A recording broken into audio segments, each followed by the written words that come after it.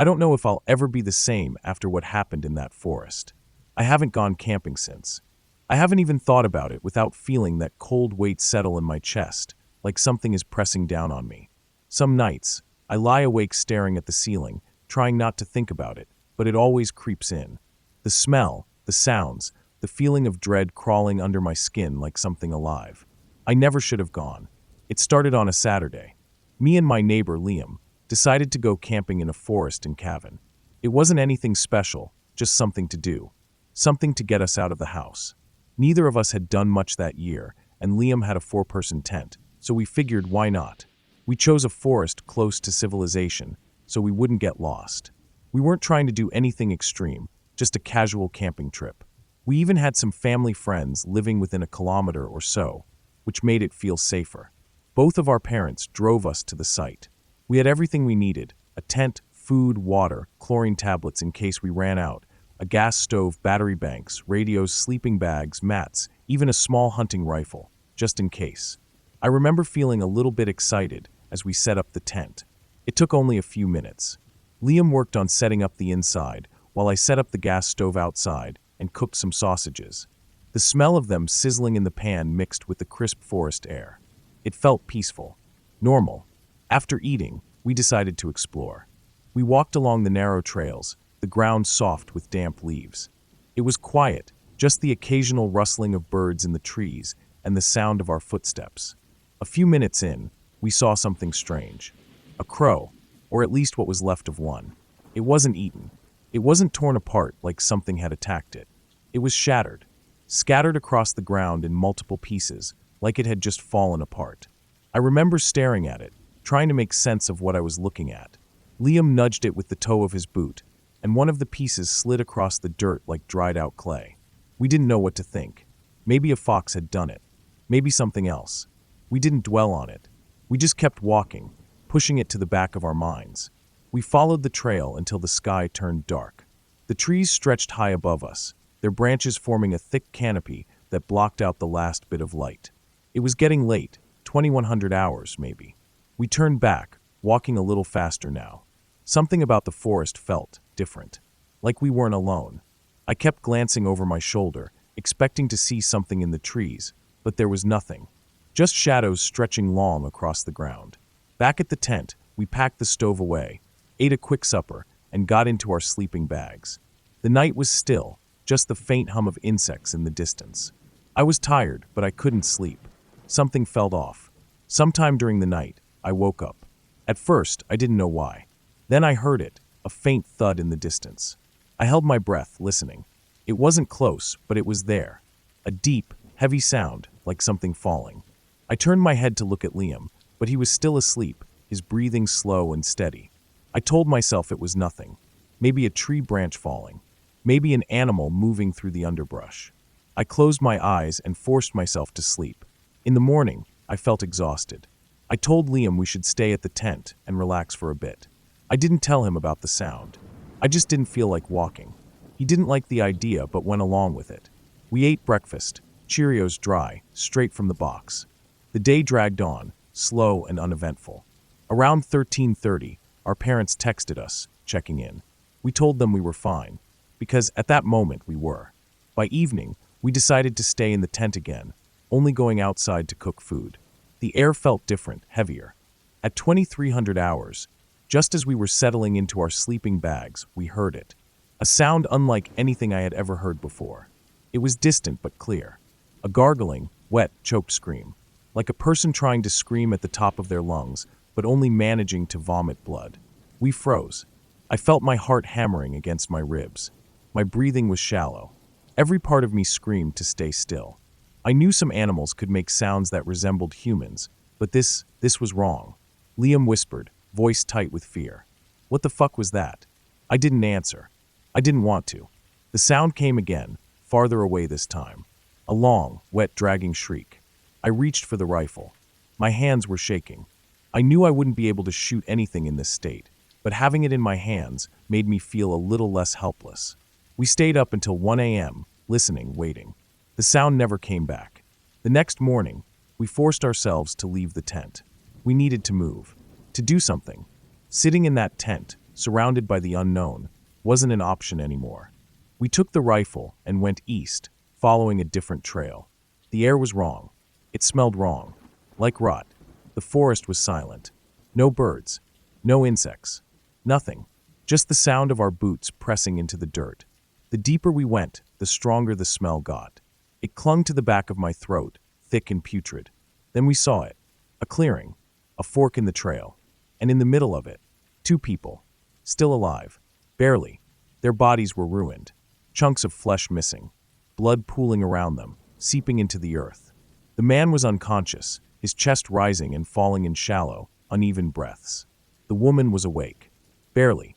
Her eyes were glassy, unfocused. We tried. We tried to help them. We used the rags we had, pressing them against the wounds, but it wasn't enough.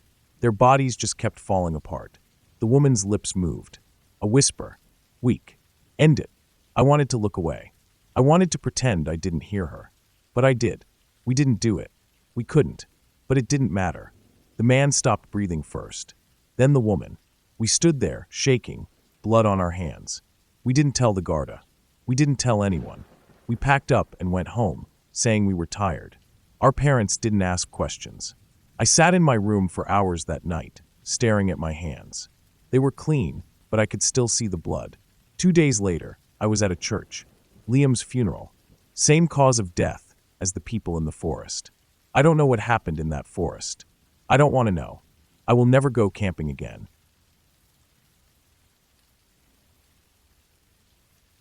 I've seen a lot of Australia, more than most. From the blistering red sands of the outback to the lush green forests of Tasmania, I've driven across this country enough times to know it like the back of my hand. And if there's one thing I've learned, it's that the best way to see it is by car. Planes and buses will get you from one city to another, but they won't take you to the hidden places, the places where time seems to stand still, where the land breathes, and where you can sit in absolute silence under the stars, listening to nothing but the wind. I had plenty of good experiences on the road, but one in particular still haunts me to this day. It was late September, years ago now, when I was making my way up the southeastern coast, heading from Barrage Bay to Narooma. The drive was beautiful, winding along the ocean and cutting inland near Wallaga Lake. That's where I decided to stop for the night. It was a perfect spot. Remote, quiet, and peaceful, exactly the kind of place I liked. The sun was just starting to dip behind the trees, casting golden light over the calm waters of the lake.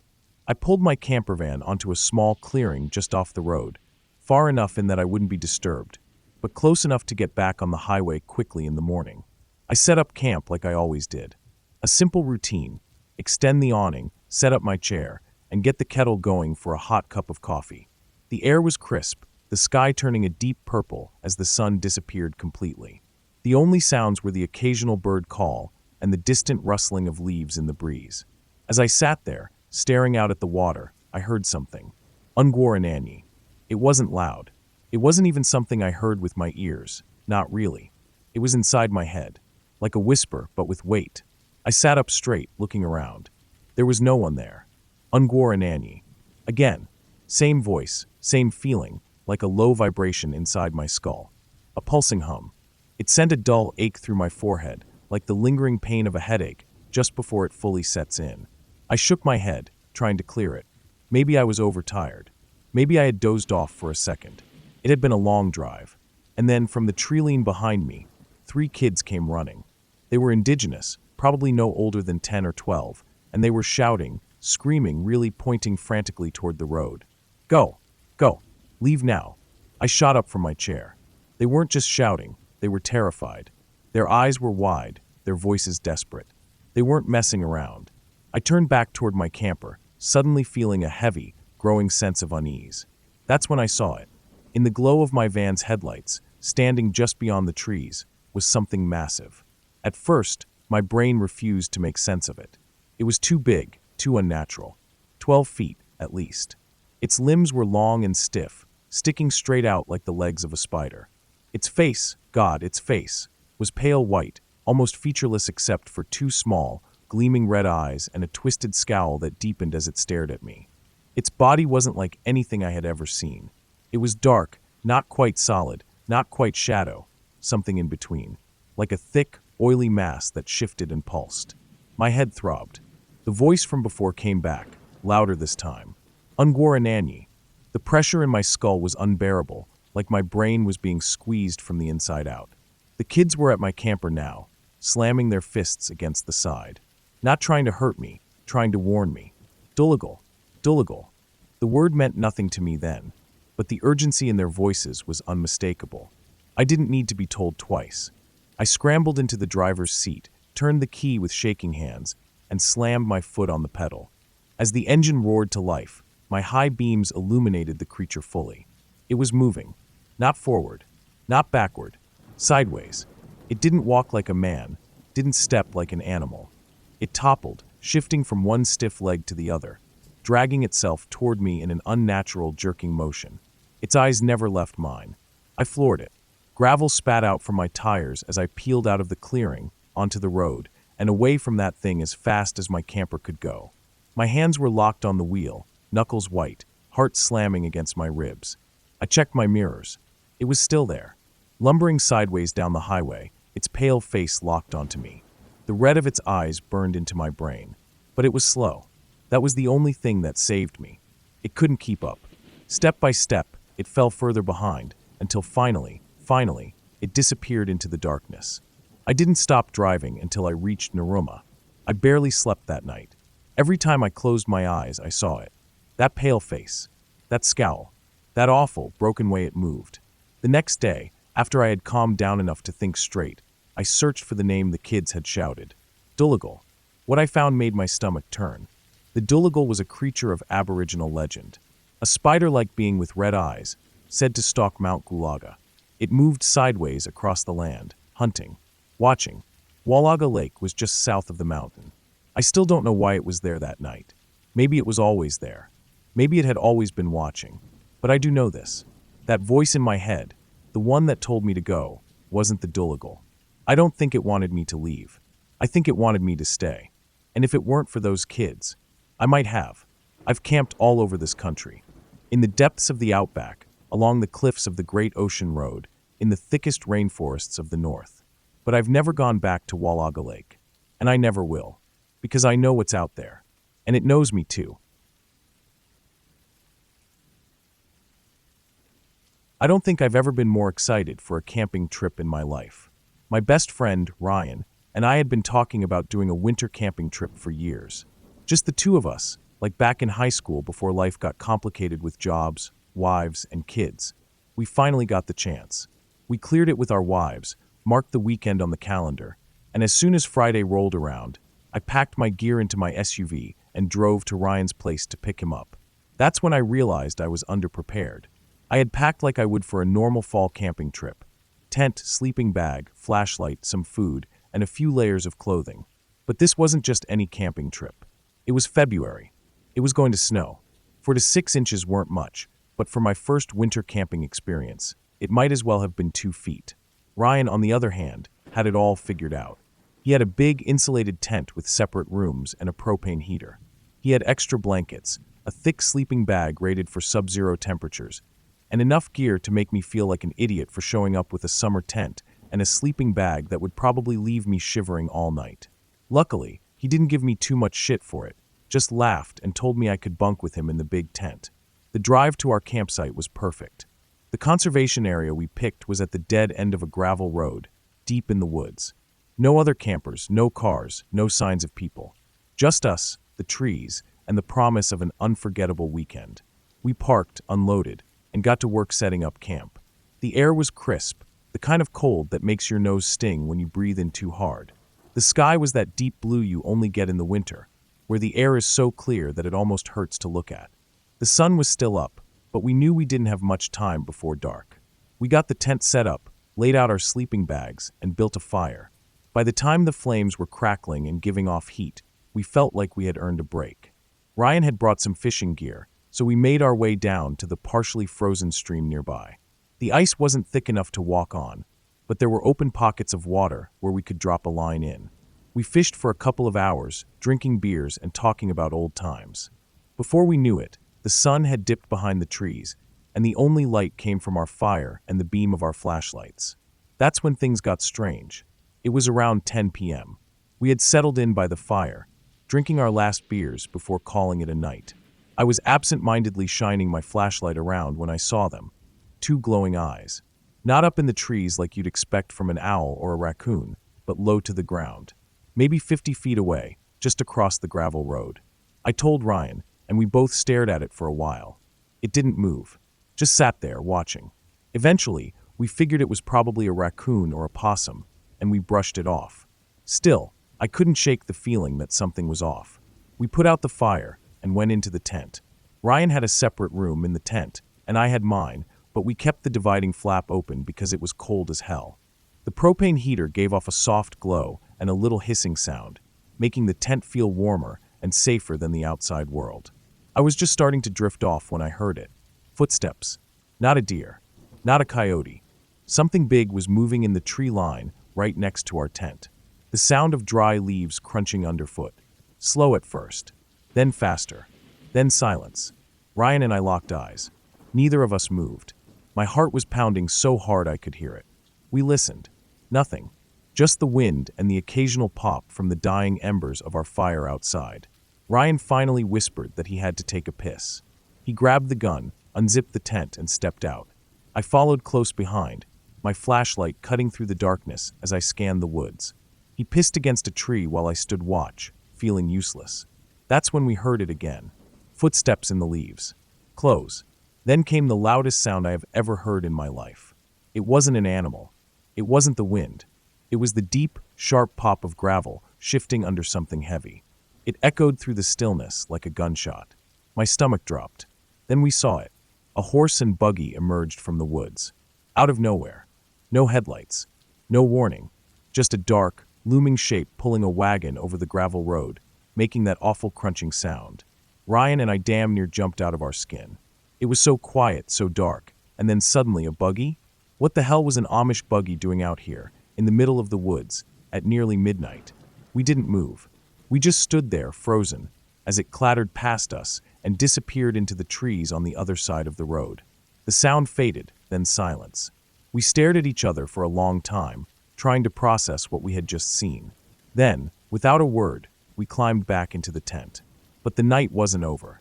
We lay there, still wide awake, trying to convince ourselves that everything was normal. Just some Amish traveling through the woods late at night. Nothing weird about that, right? Then we heard the footsteps again. This time, right next to the tent. Slow, deliberate. Not an animal. Not a deer. Something walking. I turned my head toward Ryan. His eyes were wide open, staring at me in the dim glow of the heater. I didn't need to ask if he heard it. Then something brushed against the side of the tent. A long, slow drag. That shhhhhd sound of nylon being touched. My breath caught in my throat. I felt my stomach turn to ice. We sat there, paralyzed, listening as whatever it was circled the tent. Gravel crunching under its feet. Slow, unhurried, like it knew we were inside. It made a full lap, then another. Then it stopped, right outside my side of the tent. I could hear it breathing. I clenched my jaw, forcing myself to stay still. Ryan didn't move either. We waited, listened.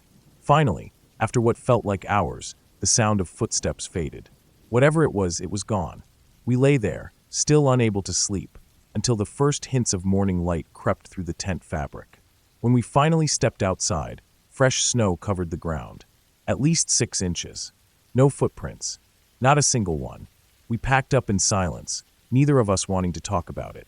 By the time we got to my SUV, the engine barely had time to warm up before we were already tearing down that gravel road, heading home. I still don't know what was out there that night. Maybe it was just an animal. Maybe it was the Amish doing something I don't understand. Maybe it was something else entirely. All I know is, I won't be winter camping again anytime soon. Camping deep in the Ozark Mountains had always been something my friend group talked about. We loved the idea of being out in nature, away from the noise of everyday life. It was supposed to be a fun, relaxing trip. Just 4 friends spending a long weekend fishing, hiking, and enjoying the peacefulness of the woods. None of us thought it would end with one of us missing. We arrived at our campsite early in the afternoon on a Friday. It was a beautiful place. Tall trees surrounded us on all sides, and a slow-moving river flowed nearby. The nearest town was over an hour away, and there were no other campers around. It felt like we had the whole forest to ourselves. The four of us, me, Jake, Brian, and Daniel, unpacked our gear and set up camp. We had 2 tents, a cooler full of food and drinks, and all the supplies we needed for the weekend. Daniel, who had been camping the most out of all of us, took charge of setting up the fire pit. He was the outdoorsman of the group, always talking about survival skills and reading books about the wilderness. Once we were settled in, we spent the rest of the day fishing at the river. The water was cold and clear, and we caught a few decent-sized fish to cook over the fire. As the sun started to set, we walked back to camp, built a fire, and cooked our dinner. The night air was crisp, and the only sounds were the crackling fire and the distant hooting of an owl. Everything felt perfect. The next day, we decided to hike a few miles into the forest. There were no marked trails, but Daniel had a map and a compass. We followed the river upstream for a while, exploring the deep woods. We saw deer tracks, found a few interesting rock formations, and even spotted an eagle soaring high above the trees. But as the afternoon stretched on, I started feeling uneasy. I couldn't explain why, but something about the woods felt different. The silence felt heavier. At times, it felt like we were being watched. I wasn't the only one who noticed. "You guys feel that?" Brian asked after we stopped for a break. "Feel what?" Jake said. Brian hesitated, then shook his head. "I don't know. Feels like something's watching us." Daniel laughed. "It's just the woods, man. You're not used to the quiet." We shrugged it off and kept walking. But as the sun dipped lower in the sky, we decided it was time to head back. That's when we realized we had lost track of time. It was getting darker much faster than we expected. The trees cast long shadows, and the forest felt colder. Daniel took the lead, guiding us back toward camp. But after walking for what felt like forever, we weren't sure if we were going the right way. "Shouldn't we be near the river by now?" Jake asked. Daniel frowned at the map, then looked around. "Yeah, we should be." For the first time, he sounded unsure. We kept walking, our nerves growing with each passing minute. The forest around us felt wrong. The trees all looked the same. The silence was deafening, and the shadows seemed to stretch unnaturally in the dim light. Finally, after what felt like hours, we found our way back to camp. By then, the sky was almost completely dark, and we were exhausted. We cooked a quick meal over the fire, but no one spoke much. That uneasy feeling hadn't gone away. We all felt it now, like something in the woods was just out of sight, watching. After dinner, we sat around the fire, drinking and trying to shake the strange feeling from earlier. It was quiet, too quiet. The usual sounds of crickets and distant wildlife seemed absent. Then Daniel stood up. "I need to take a leak," he said, grabbing his flashlight. "Don't get lost again," Brian joked, but no one really laughed. Daniel walked about 50 yards into the trees, his flashlight beam disappearing between the trunks. We waited. 5 minutes passed. Then 10. Then 20. "Where the hell is he?" Jake asked, shifting uncomfortably in his chair. I called out, "Daniel." No answer. Brian grabbed his flashlight and stood up. "This isn't funny. If he's messing with us, I swear." "Let's go find him," I said, already feeling a knot of fear in my stomach. We spread out, keeping each other within sight, calling Daniel's name as we searched. But there was nothing. No footsteps, no broken branches, no sign of where he had gone. It was like he had just disappeared. After an hour, we had to face reality. Daniel was missing. We didn't sleep that night. We sat by the fire, shining our flashlights into the darkness, jumping at every sound. The woods felt different now, hostile, almost like they were pushing in closer around us. At first light, we grabbed our gear and started searching again. We covered more ground, yelling Daniel's name until our voices were hoarse. Nothing. No footprints. No torn clothing. No flashlight. The only sign of him was a few broken twigs in the direction he had gone. But the trail didn't go far. It just stopped, like he had been plucked out of existence. By noon, we knew we had to get help. Leaving our campsite behind, we hiked back to the nearest ranger station, an exhausting 4-hour trek. When we arrived, we told the rangers everything. They took it seriously, sending out search and rescue teams with dogs, drones, and helicopters. Days passed. No sign of Daniel. The rescue teams searched every inch of the area. They found no tracks, no dropped flashlight, no torn clothing. Nothing. It was as if he had never been there. A strange discovery. A week later, When the search was about to be called off, a hunter miles away radioed in a strange report. He had found something unusual deep in the forest. A pair of boots neatly placed on a boulder, with a folded jacket beside them. The search team rushed to the location. There, next to a tree, they found Daniel's backpack. Inside, everything was untouched, his food, his wallet, even his water bottles were still full. But there was no sign of Daniel. What disturbed everyone the most was that this area had already been searched multiple times. It was as if someone, or something, had placed his belongings there long after he had gone missing. Daniel was never found. His disappearance became one of those unsolved mysteries people whisper about around campfires. The search was eventually called off, and we had to return home without our friend. His family never stopped looking, but there was nothing more to find. To this day, I can't explain what happened in those woods, but I do know one thing. The forest took him, and I'll never go back.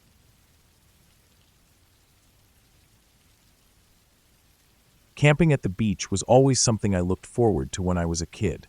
My family didn't go on fancy vacations. We didn't fly to Disneyland or stay in hotels with swimming pools and breakfast buffets. Our vacations were simple. We'd load up the car with tents, coolers, and folding chairs and drive out to the coast, where we'd spend a week at a beachfront campground. It was the kind of place with gravel roads winding through the trees, fire pits at every campsite, and the sound of crashing waves always in the background. I don't remember exactly how old I was when this happened, but I know I was still young enough to believe that whatever my dad and my uncle said was true. That night still sticks in my mind, even now as an adult, though I can look back on it and laugh. Back then, though, it was terrifying. It was near the end of the week, the kind of night when the trip was winding down, but we were all still in high spirits. I remember the sun setting behind the dunes, casting long shadows across the campground as the air cooled. People were settling into their campsites, lighting their fires, the smell of burning wood and hot dogs filling the air.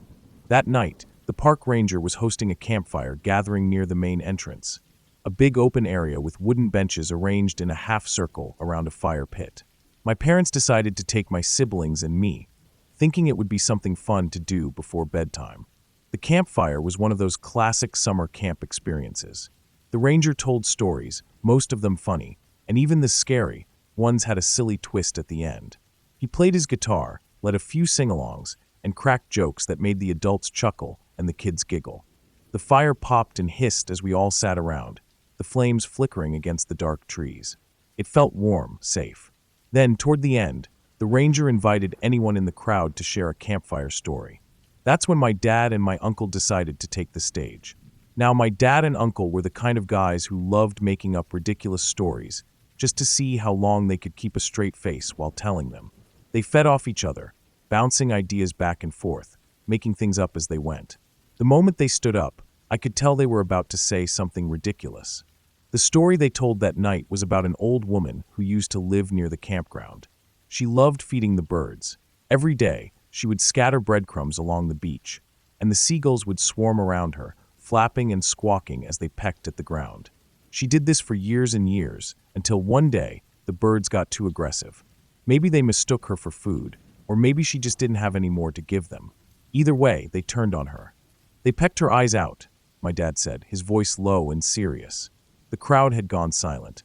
Even though I knew my dad was joking, I felt a chill creep up my spine. Now, she wanders the campground at night, my uncle added. She listens for children. She can't see, but she can hear really well. And when she finds them, she grinds them up into bird feed. I swallowed hard, my heart pounding. So if you hear a scratching at your tent, my dad said, pausing for effect, that's the eyeless bird lady trying to get inside. The ranger gave a half-hearted chuckle, probably realizing too late that my dad and uncle had taken the story too far. Other kids in the crowd looked uneasy. A few parents gave my dad and uncle side-eyed glances, but nobody outright said anything. It was all in good fun, right? The event wrapped up not long after that. The ranger thanked everyone for coming, and families started making their way back to their campsites. I remember walking back along the dark campground roads, the only light coming from flickering lanterns and campfires. Our own site was nestled in the trees, far enough from the others that it felt a little too quiet. By the time we climbed into our tent, the story was still fresh in my mind. My little brother and sister were already whispering about it, spooking each other with hushed, scratching sounds, and giggling nervously. I didn't find it funny. I was already dreading the long, silent hours ahead. My parents zipped the tent shut and settled into their sleeping bags. I curled up in mine, staring at the thin fabric walls. Outside, the wind rustled the trees. A distant wave crashed against the shore. Somewhere in the distance, a seagull let out a shrill, eerie cry. I squeezed my eyes shut. That's when I heard it. A soft, deliberate scratching. It was faint, but unmistakable. It came from just outside the tent, a slow, dragging scrape against the nylon fabric. I held my breath, my body going rigid. My mind raced. It's the wind, I told myself. Just the wind. Then it happened again. Scratch. Scratch.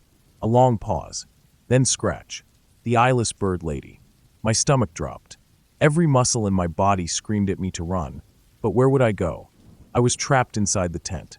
I couldn't see what was out there. The scratching sound moved slowly, methodically, trailing around the side of the tent. My breath came out in shallow gasps. I wanted to wake my parents, but I was too scared to make a sound. Then silence. For what felt like forever, I didn't hear anything. Just the wind, the distant ocean, my own pounding heartbeat. Then, from somewhere out in the darkness, a loud, sudden rustling. It was close. Too close. And then, just as suddenly as it had started, everything went quiet. I lay there, frozen, until exhaustion finally overtook my fear. At some point, I must have fallen asleep because the next thing I knew, I was waking up to the sound of birds calling in the early morning light. Cautiously, I unzipped the tent and peeked outside. Everything looked normal. The fire pit was still cold from the night before. Our chairs were exactly where we had left them. My dad was already up, making coffee over the camp stove. And then I saw it. Small scratches on the side of the tent. They weren't huge, just faint little streaks in the nylon. Could have been anything. A raccoon, a stray dog, even the wind pulling a tree branch against the fabric. But at the time, all I could think about was the eyeless bird lady. I never mentioned it to anyone. I didn't want to hear my dad laugh and say, "See? Told you she was real." I didn't want to spook my siblings even more than they already were. I just told myself it was nothing. That whole day, though, I kept looking over my shoulder, watching the trees, listening to the sound of birds overhead. And that night, I made sure I was the first one inside the tent, and I didn't come out until morning. Camping in Joshua Tree was supposed to be an adventure.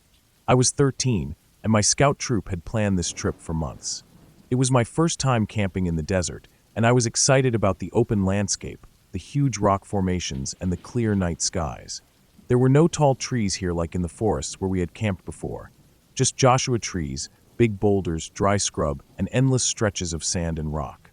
It was harsh, but it had a beauty to it. It felt different from anywhere else I'd ever been.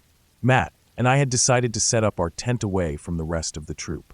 We thought it would be cool, like we were out in the wild on our own. Our tent was maybe 100 feet from the main campfire ring where the other boys and the troop leaders had set up. It didn't feel like much during the day, but once the sun set, that 100 feet felt a lot farther. The desert was eerily quiet at night.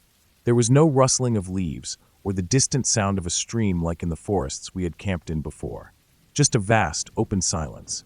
The temperature dropped fast, and the air turned crisp. The fire at the main camp flickered in the distance, and the occasional burst of laughter from the other boys made Matt and me feel like we were still part of the group, even if we were a little removed. We got into our sleeping bags, talking quietly about the next day's hike and how we had the best spot, away from everyone else. Then, just as we were starting to doze off, we heard it. Footsteps. Not the light patter of an animal or the scurrying of a lizard over the sand. These were heavy, deliberate, human. The sound came from outside the tent, maybe 10 or 15 feet away. Gravelly sand crunching underfoot, slow and steady. We froze. My heart was pounding so hard I thought whoever was out there might hear it. At first, I thought it must be one of the troop leaders checking on us. Maybe they wanted to make sure we weren't goofing off. But as I lay there listening, something felt off. The footsteps stopped. There was no sound of retreat, no fading steps moving back toward the main camp. Just silence.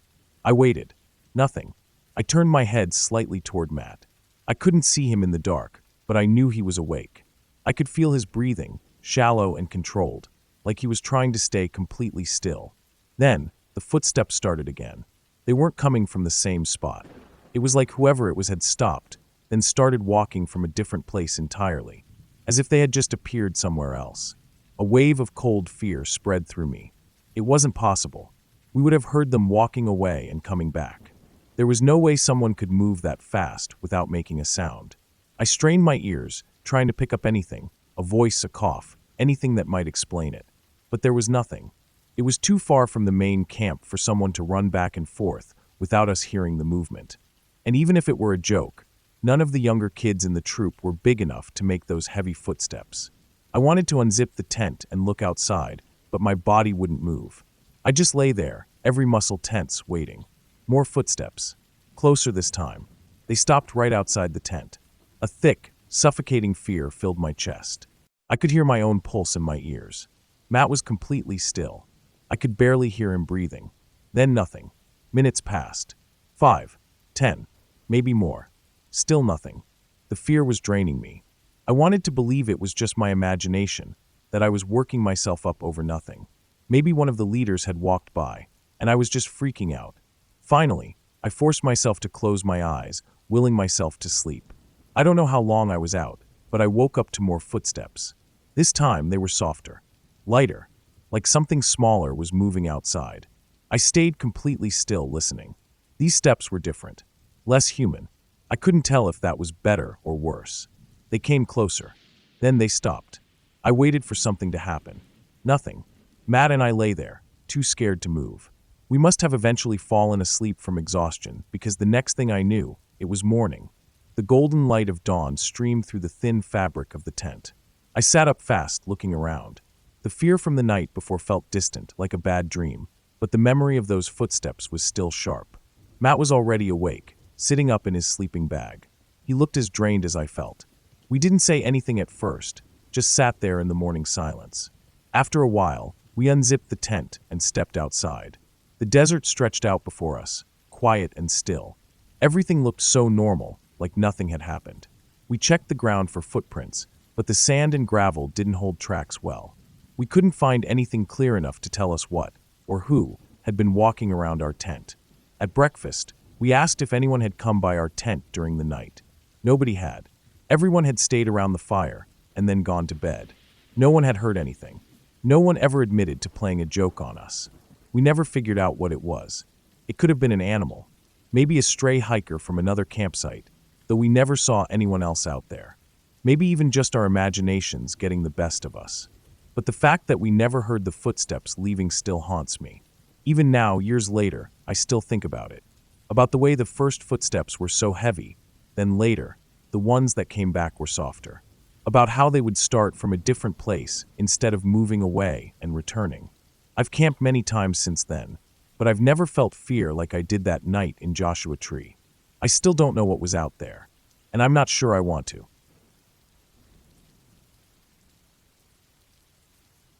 I love camping alone. It's peaceful, and it clears my mind. There's something about being deep in the woods, away from everything, that makes me feel free. So when I got a weekend off work, I packed my gear, grabbed my backpack, and drove to a remote forest area. It was a place I had camped before, far from any town, with no marked trails or campgrounds. Just deep, quiet wilderness. The drive took about 3 hours. When I arrived, the sun was high in the sky. The trees stretched tall, their leaves rustling in the wind. Birds chirped, and the air smelled fresh.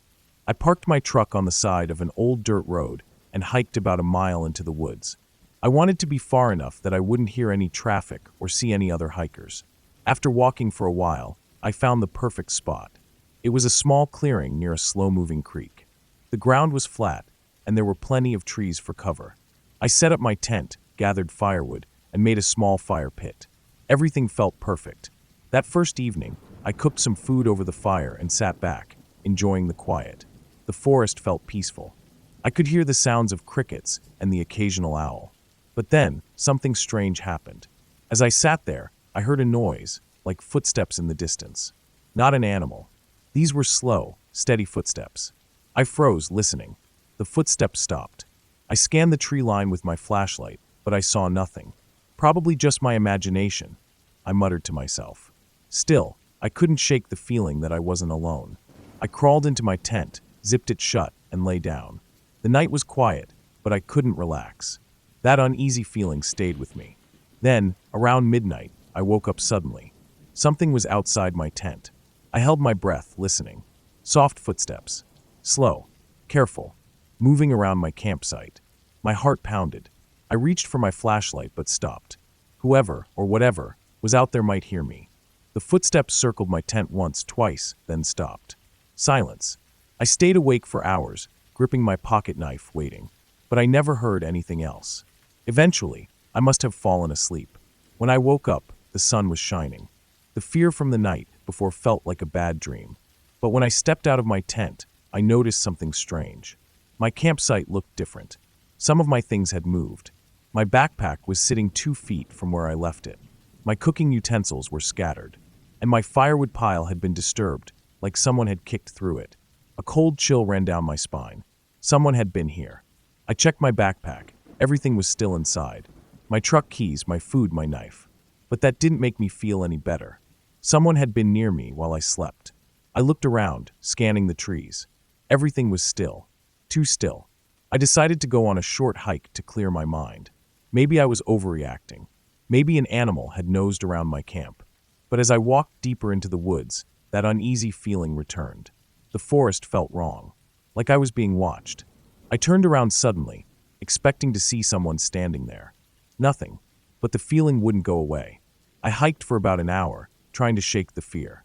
But then I found something that made my blood turn cold. Footprints. Not mine. They were fresh, deep in the dirt. Human footprints. And they weren't heading toward my camp. They were following me. I turned and hurried back, heart pounding.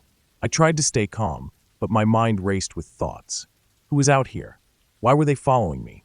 When I got back to my camp, I packed my things quickly. I wasn't staying another night. It was already late afternoon, and I had a long hike back to my truck.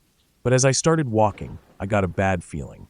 The forest felt different, darker, like the trees were closing in. The silence was heavy. Even the birds had stopped singing. Then I heard it, a twig snapping behind me. I spun around. Nothing. I kept walking, faster now. My breath was coming quick. My hands were shaking. Another snap. Closer this time. Someone was following me. I broke into a run. The trail was rough, but I didn't care. I just needed to get out. Then, ahead of me, I saw something that made my stomach drop. A figure, standing among the trees. Still, silent, watching me. I couldn't see their face. Just the outline of a person. I took a step back. My body screamed to run, but my legs wouldn't move. Then the figure tilted its head, like it was studying me. That broke me. I turned and sprinted, crashing through the trees, branches whipping my face. The footsteps behind me were fast now. Whoever it was, they were running too. I could hear them, just behind me. I burst through the trees and saw my truck. Relief flooded me. I ran faster, fumbling for my keys. Behind me, the footsteps stopped. I didn't look back. I yanked open the door, jumped in, and locked it. I sat there, shaking, staring into the trees. Nothing. Whoever was following me had disappeared. I started the engine and tore down the dirt road, not stopping until I was miles away. I never went back to that forest. For weeks, I couldn't shake the feeling of being watched. I told a few friends about what happened, but they laughed it off. Probably just some hermit living out there, they said. Maybe. But deep down, I know the truth. Someone was out there, watching me, following me, and I have no idea what would have happened if I had stayed one more night.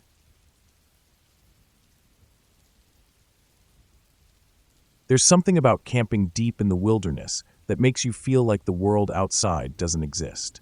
No streetlights, no hum of distant traffic, no background noise of civilization. Just trees, the occasional rustling of wildlife, the soft lapping of water against the shore. That's what I always loved about it. The stillness. That's why my girlfriend and I chose Loon Lake, near Tahoe, for our 4th of July weekend in 2014. We wanted a remote spot, somewhere we could really disconnect. We picked a dispersed campsite, no official campground, just a clearing near the lake, tucked away in the trees.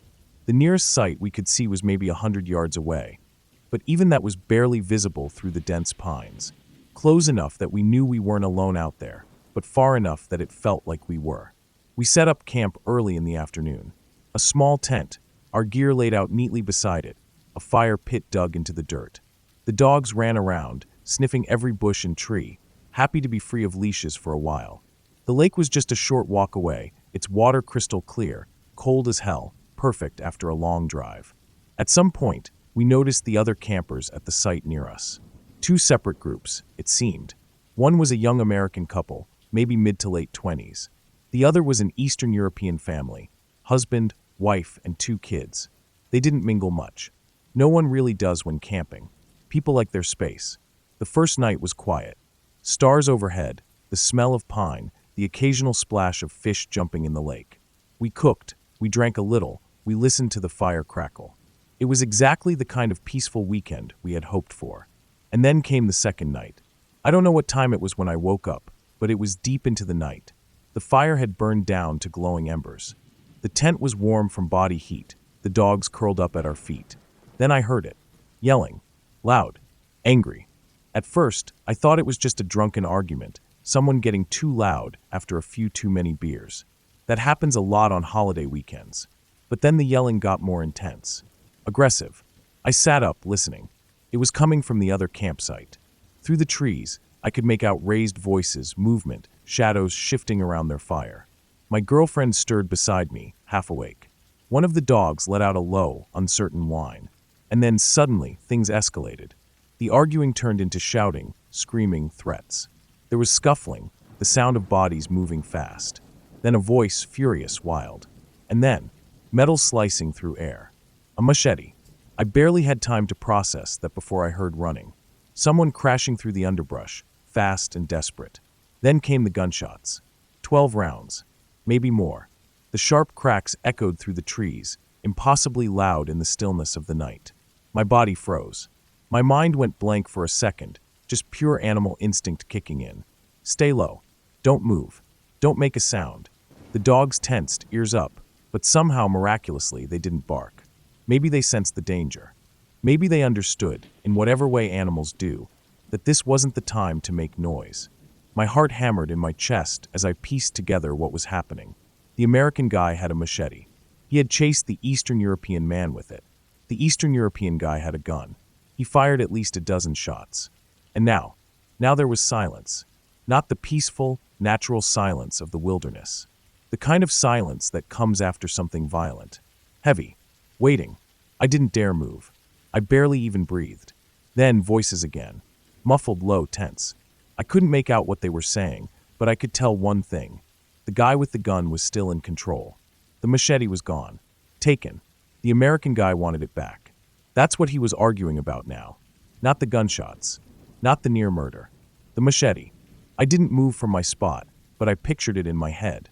The American guy, standing there, his breath heavy, adrenaline still surging, demanding his weapon back. The Eastern European guy, still holding the gun, blood pounding in his ears, no longer in the mood to negotiate. More shouting. A scuffle. Then movement. Fast. A dull thud. I didn't see it, but I heard it. The crack of a skull meeting metal. The unmistakable sound of a body hitting the dirt. Then, the sound of a car engine starting. I risked a glance out of the tent, just enough to see through the trees. Headlights. A vehicle turning sharply onto the dirt road, tires kicking up dust. The American guy's girlfriend was driving. She pulled up alongside where he had fallen, threw the car into park, and in one smooth motion, dragged his unconscious body into the passenger seat. Then, just like that, she was gone. No hesitation. No second thoughts. She got the hell out of there, and I didn't blame her. I don't remember falling asleep. I don't think I ever really did. I must have drifted in and out, ears always tuned to every little sound, every crunch of a twig, every whisper of movement. By the time the sun rose over the trees, my body felt stiff, drained, heavy. I stepped out of the tent, blinking in the morning light. The forest looked the same as it had the day before, peaceful, untouched, like nothing had happened. But I knew better. I looked toward the other campsite. No sign of the American couple. No sign of the Eastern European family.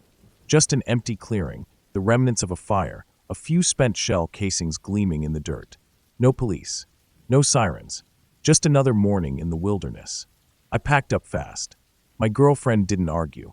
We both felt it, the urgency, the need to leave. We hiked out in silence. The dogs stayed close, their usual excitement subdued. Even they felt it. As we reached the car, I hesitated for a second, looking back toward the trees, toward the lake. Loon Lake was beautiful, remote, peaceful, but that night had changed something. I had always thought of the wilderness as calm, detached from the chaos of the world. A place where the only dangers came from nature itself, storms, wildlife, getting lost. But that night, it wasn't a bear or a mountain lion that had made my pulse race. It was people, and that's something I wouldn't forget.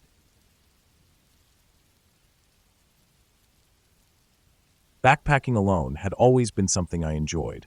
It wasn't about proving anything or pushing myself beyond limits. I just liked the solitude, the quiet hum of nature around me, the sense of being completely removed from everything. No ringing phones, no conversations, no distractions. Just me, the trail, and the wilderness. A few weeks ago, I decided to take a solo trip into the Wild Rogue Wilderness in southwestern Oregon. I'd done hikes in this area before, but never a full multi-day backpacking trip. The place was known for its rugged terrain, deep forests, and winding creeks cutting through steep canyons. It wasn't the most extreme wilderness in the country, but it was remote enough that you could go days without seeing another person. That was exactly what I wanted. I planned a 3-day loop, starting from a trailhead that led me deep into the wilderness, looping through some less traveled sections before circling back. The first day was uneventful. I covered a good amount of ground, set up camp near a creek, and cooked a quick meal as the sun dropped behind the trees. The forest was dense here, thick pines and firs, with patches of tangled undergrowth and ferns. The kind of place that got pitch black once the sun was gone. I didn't build a fire. I rarely did when solo camping. Fires were great for company, but alone they just made me feel exposed. Instead, I relied on my headlamp and the dim glow of my camp stove as I boiled water for my meal. The night was cold but calm, and after eating, I crawled into my sleeping bag and listened to the distant hoots of an owl as I drifted off to sleep. I don't know what time it was when I woke up. It was dead silent. Not the usual quiet of the forest at night, but an unnatural stillness. No wind in the trees. No rustling in the underbrush. Just pure, complete silence. And then I felt it. Warm breath on my face. For a second, I thought I was imagining it, still half asleep. My body was heavy with the kind of deep exhaustion that comes after a long hike. I stayed still, my brain foggy, trying to figure out if I had just dreamed it. But then it happened again. A faint, warm exhale against my skin. I stayed completely still, forcing myself to breathe slow and steady. My mind raced through the possibilities. A person? No. I would have heard them coming. An animal? Definitely. But what kind? My heart pounded so hard I could feel it in my fingertips. Whatever was breathing on me was close, very close. After what felt like an eternity, the warmth disappeared. I could feel the air shift slightly, as if something had moved away from me. I forced myself to wait, my ears straining for any sound. Nothing. Just that same eerie silence. Slowly, carefully, I reached for my headlamp. It was tucked into the small side pocket of my sleeping bag. My fingers wrapped around it, and I braced myself as I clicked it on. The beam of light cut through the darkness, revealing my surroundings in harsh contrast. My tent was open. The flap was unzipped. I hadn't unzipped it. I swept the light in a slow arc, scanning the trees, the underbrush, the ground around my camp. And then I saw it. A small black bear, maybe 150 pounds, sitting just 15 feet away. It was watching me. I felt my stomach drop. My first instinct was panic, but I forced it down. A bear this size wasn't a threat by itself, but it wasn't the one I was worried about. I scanned the trees beyond it, my eyes searching for any sign of a larger shape, any sound that might indicate its mother was nearby. Nothing, but that didn't mean she wasn't there. The bear just sat there, staring at me. It wasn't acting aggressive, no huffing, no pawing at the ground, no signs of stress. But it also wasn't running away. 5 minutes passed. Maybe more. I didn't move, barely even breathed. The bear just sat, watching. Then, as casually as it had appeared, it stood up, turned, and walked off into the trees. I waited until I couldn't see it anymore, then flicked my light toward my gear. My food was still hanging from a tree, well out of reach. The bear hadn't touched it. So why had it come so close? And more importantly, where was its mother? For the next few hours, I didn't sleep. I sat upright in my sleeping bag, light in hand, listening. Every small noise, every rustle of leaves, Every snap of a twig sent my heart hammering. I kept my knife within reach, even though I knew it wouldn't do much if I really needed it. I considered packing up and hiking out, but night hiking alone in bear country wasn't smart. Even with a headlamp, it would be too easy to trip, to step wrong, to get turned around. I had to wait it out. At some point, exhaustion won. My body shut down, despite my fear. I don't remember falling asleep, but I must have, because I woke up to the soft light of dawn filtering through the trees. Everything looked the same. My gear was untouched. My food was still in the tree. The only evidence of the night before was the unzipped tent flap and a few faint tracks in the dirt. The bear had been real. I didn't waste time packing up. I was done. I ate a quick breakfast, kept my knife out while I packed, and started hiking back toward the trailhead. Every mile, every step, I felt the tension in my shoulders slowly ease, but I didn't fully relax until I was back at my car. I sat in the driver's seat for a long time before starting the engine, just breathing, staring at the forest. I've camped solo for years. I've had my share of strange encounters, heard things in the dark, seen glowing eyes reflecting in the distance. But that night in the wild rogue wilderness was different. It wasn't just the bear. It was the way the forest had gone silent, the way my tent had been unzipped, the way the bear had just watched. I still don't know why it did that. Maybe it was curious. Maybe it had smelled me and wandered over. Or maybe, just maybe, something else had scared it and it had come to my camp looking for safety. I'll never know for sure. But I haven't gone solo camping since.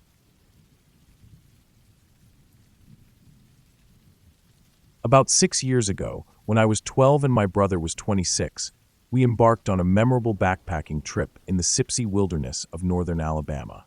My brother, a seasoned Green Beret and active-duty Special Forces engineer sergeant in the U.S. Army, was preparing for his second deployment to the Middle East. Before his 9-month absence, he wanted to share one last adventure with me, nurturing our shared passion for the outdoors. The first 2 days of our journey were filled with the serene beauty of the wilderness. We hiked through dense forests, marveled at cascading waterfalls, and set up campsites under the canopy of towering trees. The air was thick with the scent of pine and damp earth, and the melodies of distant bird calls provided a soothing soundtrack to our expedition. On the third evening, after a hearty meal cooked over our campfire, we settled into a comfortable silence, occasionally chatting about topics that bonded us, like the latest advancements in military gear or the mysteries of the night sky. Our campsite was strategically chosen, about 50 yards from a gently flowing stream and an equal distance downhill from a well-trodden path, forming a natural triangle that offered both accessibility and seclusion. As the sun dipped below the horizon, casting long shadows that danced with the flickering flames, 2 men emerged from the path. They appeared to be in their late 20s, clad in worn-out clothes that had seen better days. Their hair was unkempt, and their faces bore the ruggedness of those accustomed to hard living. They greeted us with a nod and inquired if we'd encountered any wild hogs during our hike. In this part of Alabama, wild hogs are common, and we'd indeed spotted some deeper into the wilderness. We shared this information, and they lingered, asking how long we'd been out, how much longer we planned to stay, and other seemingly casual questions. Despite their polite demeanor, an uneasy feeling settled in my gut. There was something off about them, a subtle tension that set my nerves on edge. After what felt like an eternity, but was likely only a few minutes, they bid us farewell and disappeared back into the woods. I glanced at my brother, searching for any sign of concern, but his expression remained neutral, betraying none of the unease I felt. Trying to shake off the encounter, we doused the fire, secured our food, and retreated into our tent, the sounds of the nocturnal forest enveloping us. Sometime later, I was jolted awake by the distant, yet distinct, sound of dogs barking. The noise was faint but persistent, cutting through the symphony of crickets and rustling leaves. I nudged my brother, whispering, "Do you hear that?" His eyes were already open, reflecting the dim light filtering through the tent fabric. "I've been listening to them for a while," he replied softly. "They're getting closer. Stay quiet and still." My heart raced, each beat echoing in my ears. The minutes stretched, the barking growing louder, accompanied by sporadic shouts. Sensing my fear, my brother leaned in and whispered, "It's likely hunters using dogs to track hogs. They let the dogs corner them before moving in." His explanation offered a sliver of comfort, and eventually, exhaustion claimed me once more. But my sleep was restless, haunted by dreams of shadowy figures and snarling dogs. I awoke again to my brother's firm grip on my shoulder. The barking and voices had faded, replaced by an eerie silence. "Put on your shoes," he instructed in a hushed tone. "We need to move quietly." Confusion and fear swirled within me, but I obeyed without question. Once outside the tent, he motioned for me to climb onto his back. Despite the urgency, his movements were deliberate, controlled. He carried me through the underbrush, each step placed with care to avoid snapping twigs or rustling leaves. We reached a cluster of dense bushes atop a small rise, offering a concealed vantage point over our campsite. He gently set me down and settled beside me, his gaze fixed on the area we'd just vacated. The moon cast a pale glow, illuminating the clearing below. Minutes ticked by, the stillness almost suffocating. Then movement.